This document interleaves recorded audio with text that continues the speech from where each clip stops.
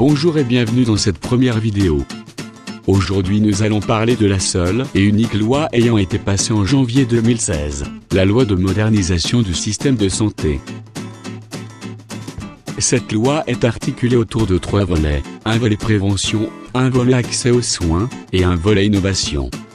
On verra également que des mesures bonus ont été ajoutées lors des échanges entre le Sénat et l'Assemblée nationale.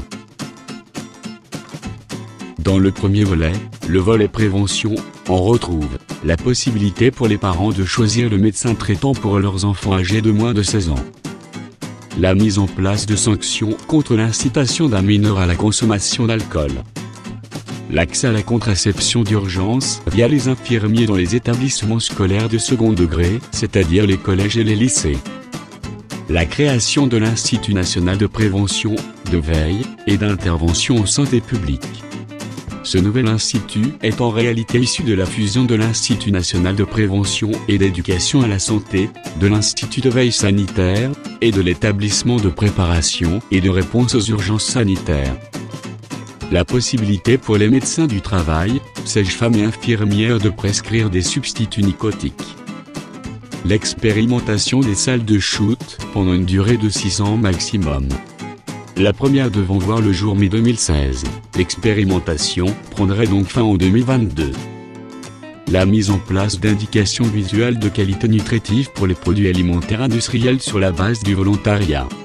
Cette indication fonctionnerait grâce à un système à couleurs, avec en vert les produits considérés comme bons pour la santé, et en rouge, les produits considérés comme moins bons pour la santé. Mais vu qu'il s'agit de volontariat, il se peut que nous ne retrouvions jamais ceci dans nos commerces. Passons maintenant au volet accès aux soins. On y retrouve une mesure qui a créé la polémique notamment chez les médecins, la généralisation du tiers payant sur la part sécurité sociale à partir du 1er janvier 2017. La part complémentaire n'est donc pas concernée. L'extension du tarif social sur l'optique, le dentaire et les prothèses auditives pour les bénéficiaires de l'aide au paiement d'une complémentaire santé, ou ACS.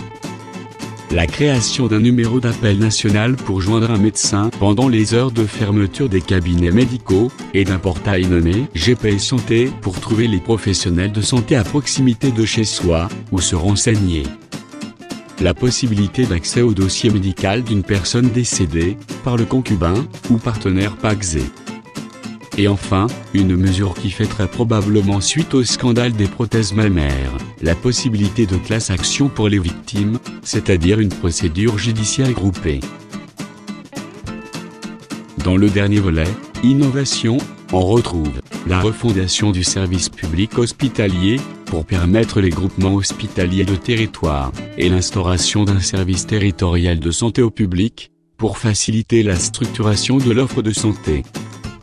La relance du dossier médical partagé, devenant ainsi librement accessible par le patient, accompagné de la remise d'une lettre de liaison à la sortie de l'hôpital, pour faciliter les échanges entre professionnels de santé. L'amélioration de l'accès aux données de santé dans le respect de la vie privée. Passons maintenant aux mesures bonus qui ont été ajoutées lors des échanges entre Sénat et Assemblée nationale.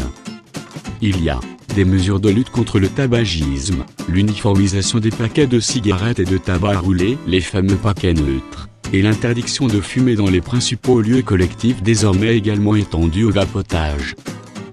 La suppression du délai de réflexion entre les 2 consultations nécessaires lors d'une interruption volontaire de grossesse.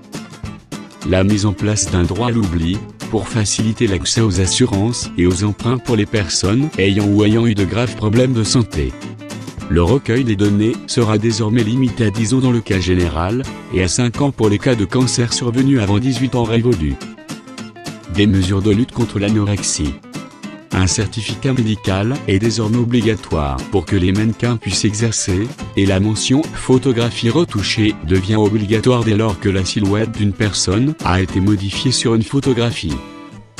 Et enfin, un amendement prévoyant la suppression des cabines ultraviolets et encadrant les appareils de bronzage.